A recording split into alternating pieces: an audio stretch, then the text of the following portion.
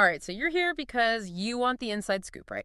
You want to know what's up with this Minecraft movie everyone's talking about, but you don't have time to wade through a ton of articles and reviews. That's where we come in. Exactly. We've done the digging for you. We've got a mountain of info here. Everything from like the basic premise to what critics are saying, even some early box office buzz. And you want us to break it down, give you the need-to-know stuff before you decide if you're going to spend your hard-earned cash on a ticket. Basically, you want the cheat sheet to a Minecraft movie. Precisely. No problem. We can handle that. Let's do it. So first things first, this movie, it's based on the game, Minecraft, obviously. Huge cultural phenomenon. I mean, who hasn't at least heard of Minecraft at this point, right? Right. But the thing is, Minecraft, the game, it's all about like open-ended creativity. You build whatever you want, you explore. There's no real set story. So how do you turn that into a movie? That's what we're going to find out. With a little movie magic, I guess. From what we've gathered, the movie's about these 4 ordinary people who get, like, sucked into the world of Minecraft. Imagine 1 minute you're just going about your day. The next you're surrounded by, like, blocky trees and pixelated sheep. Yeah, it's that whole blocky aesthetic, everything made of cubes. And they have to figure out how to survive, how to use the resources around them, just like you do in the game. So crafting is a big part of it. Oh, absolutely. They got to mine materials, build shelter, the Minecraft basics. But they're not totally on their own, right? There's this character, Steve, who's like a Minecraft expert. Yeah, he's the one who knows the ropes, the guy who can help them navigate this crazy world. And get this, Steve is played by Jack Black. Perfect casting, right? I mean, you can already picture him, can't you? Total comedic genius. But also, like, surprisingly believable as a crafty survivalist type. Oh, definitely. Jack Black can pull off pretty much anything. And speaking of casting, we've got Jason Momoa playing a character called Garbage Man. Garbage Man, what a name. Right. Makes you wonder what his deal is. Yeah, is he like literally a garbage man who gets transported? Or is it like a nickname because he's tough and kind of rough around the edges? I guess we'll have to wait and see. The descriptions we've seen say he's a brute with a good heart, which, that's classic Momoa. Yeah, he's got that whole tough guy exterior, but deep down, he's a softie. Exactly. And then there's Jennifer Coolidge playing Vice Principal Marlene. Oh, I love her. She's hilarious. But it seems like her character's not actually in the Minecraft world, at least not at first. She's got her own thing going on in the real world, which is an interesting choice. Yeah, like what's her connection to the main plot? How do those two worlds collide? Lots of questions there. And the guy in charge of answering those questions, the director, is Jared Hess. Now, if you don't know Jared Hess, he's known for these really quirky comedies. Napoleon Dynamite, Nacho Libre, those are some of his big ones. So we're expecting some offbeat humor, right? Definitely. Yeah. A lot of visual gags, awkward situations, maybe a bit of dry wit thrown in there. Which could work really well with the whole Minecraft setting because it's already kind of a strange, surreal world. Exactly. But some early reviews have said that the humor feels a bit forced at times. Yeah, like they're trying too hard to be funny instead of letting the humor come naturally from the situation. And a few reviewers even mentioned that the characters feel kind of underdeveloped. Like they're not really fleshed out, they're just kind of there to deliver the jokes. Which is a shame because with actors like Momoa and Black, they could bring a lot of depth to their roles. Right, they're not just comedic actors, they can do drama too. So hopefully that's something they address in the final cut of the film. Now let's talk visuals. One of the biggest challenges with adapting Minecraft has to be like, how do you make those blocky graphics look good on the big screen?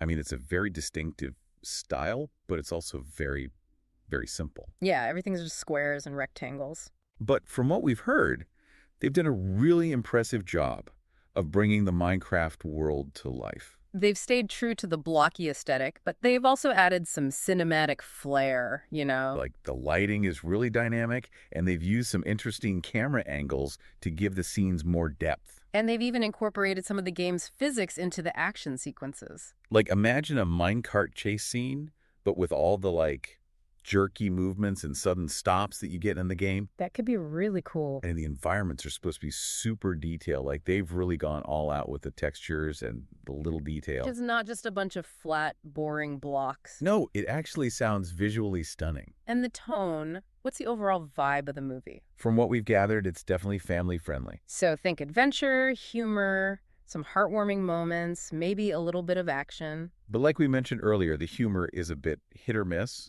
depending on who you ask. Yeah, some people love it, some people find it annoying. And the pacing has been described as a bit uneven. Like, it starts off strong, then kind of meanders in the middle, and then picks up again towards the end. Which, that can happen with video game adaptations. They're trying to cram so much into a 2-hour movie. Right, they're trying to hit all the major beats, all the iconic locations. But sometimes it feels like they're just checking boxes instead of telling a cohesive story.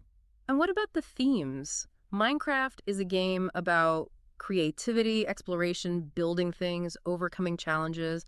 Are those themes present in the movie? They are, but some reviewers have said that they feel a bit underdeveloped. Like they're there on the surface, but they're not really explored in any meaningful way. Which is a shame because those themes could really resonate with audiences, Yeah. especially younger viewers. Yeah, Minecraft is a game that can teach you a lot about problem solving, resourcefulness, perseverance. It would be great if the movie could tap into that a bit more. Now, let's talk about the whole fan versus newcomer thing. Because you've got people who are diehard Minecraft fans who've been playing the game for years. And then you've got people who've never even touched the game, who are just going to the movie because, it's a big summer blockbuster. So how do you make a movie that appeals to both groups? That's the million-dollar question, right? From what we've seen, they've tried to strike a balance by including a lot of little Easter eggs for the fans. Like you might see a creeper lurking in the background, or hear the familiar sound of a villager. Or they might show a crafting recipe that players will instantly recognize. But at the same time, the core story is supposed to be accessible even to people who don't know anything about Minecraft. It's basically a fish-out-of-water story about these people who are thrown into a strange new world and have to figure out how to survive. That's a concept that anyone can relate to, whether you're a gamer or not. All right, so we've talked about the plot, the characters, the visuals, the tone. Now, the big question, is it any good? What are the critics saying? Well, the reviews are kind of mixed, to be honest. Not a total disaster, but not a universal masterpiece either. Exactly. A lot of critics have praised the visuals, which we already talked about. They say it's a really faithful adaptation of the game's aesthetic, but also very cinematic and impressive to look at. And the performances from Momoa and Black are getting a lot of positive attention. Their chemistry is supposed to be really great. They bring a lot of humor and energy to the film. But the main criticisms seem to be around the story and the characters. Some reviewers felt like the plot was too thin, that it didn't really have much depth. And they felt like the characters weren't fully developed, that they were just kind of there to move the plot along. And as we mentioned before, the humor hasn't landed for everyone. Yeah, some critics found it forced or out of place. And there's also this feeling that the movie doesn't quite capture the spirit of Minecraft, Like, the game is all about creativity and freedom, but the movie feels a bit more structured and predictable. So some fans might be disappointed that it doesn't really let them explore and create in the same way that the game does. And what about the scores on Rotten Tomatoes and Metacritic? Yeah, they're kind of middle of the road, reflecting the mixed reactions. So, not a critical darling, but not a total bomb either. It's one of those movies that's probably going to divide audiences. Okay, so we've talked about the critical reception. But what about the most important thing? The box office. Because at the end of the day, Hollywood is a business. They want to make money. So will a Minecraft movie be a hit? It's hard to say for sure, but it definitely has the potential to be huge. I mean, Minecraft is a global phenomenon. There are millions of fans out there. And the casting is really strong. Momoa and Black are big draws. Plus, it's a family-friendly movie, so it's got a wide appeal. But on the other hand, video game adaptations have a bit of a mixed track record. Some of them have been great, some of them have been terrible. So it's really a wait-and-see situation. We'll have to see how audiences react, how word of mouth spreads. But one thing's for sure, people are talking about this movie. It's generating a lot of buzz. So, to sum up, what are the key strengths and weaknesses of a Minecraft movie? Well, on the plus side, the visuals are impressive, the casting is great, and it's got a broad appeal. But on the downside, the story and characters might feel a bit thin, the humor is divisive, and it might not fully capture the magic of the game. So it's a bit of a mixed bag. Exactly. But ultimately, whether you enjoy it or not is going to come down to your personal preferences. Are you a Minecraft fan? Do you like Jared Hess's style of humor? Are you looking for a deep, thought-provoking film? Or are you just looking for some fun, lighthearted entertainment? Once you answer those questions, you'll have a better idea of whether this movie is for you. And that's what this deep dive is all about, giving you the information you need to make an informed decision. So there you have it, folks, our take on a Minecraft movie. We hope you found it helpful. And if you did, be sure to check out our other deep dives on all sorts of topics. We're always digging into something new and interesting. So until next time, keep exploring, keep learning, and keep playing Minecraft. Maybe we'll see you in the overworld sometime. That's right. And maybe, just maybe, we'll bump into Jason Momoa and Jack Black while we're there. Now that would be a story for the ages. All right. That's it for us. Thanks for listening. See you next time. Bye. Today is your lucky day.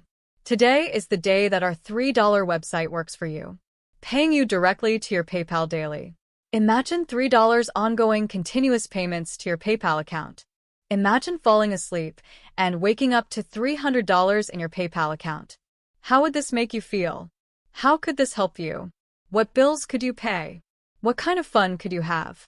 What does that retirement look like now? All for a one-time payment of $3. This website is DFY done for you, fully built and completely hosted, and never stops collecting payments for you. You have spent $3 on coffee on a regular, but that coffee won't help you create multiple streams of income. Click the link below.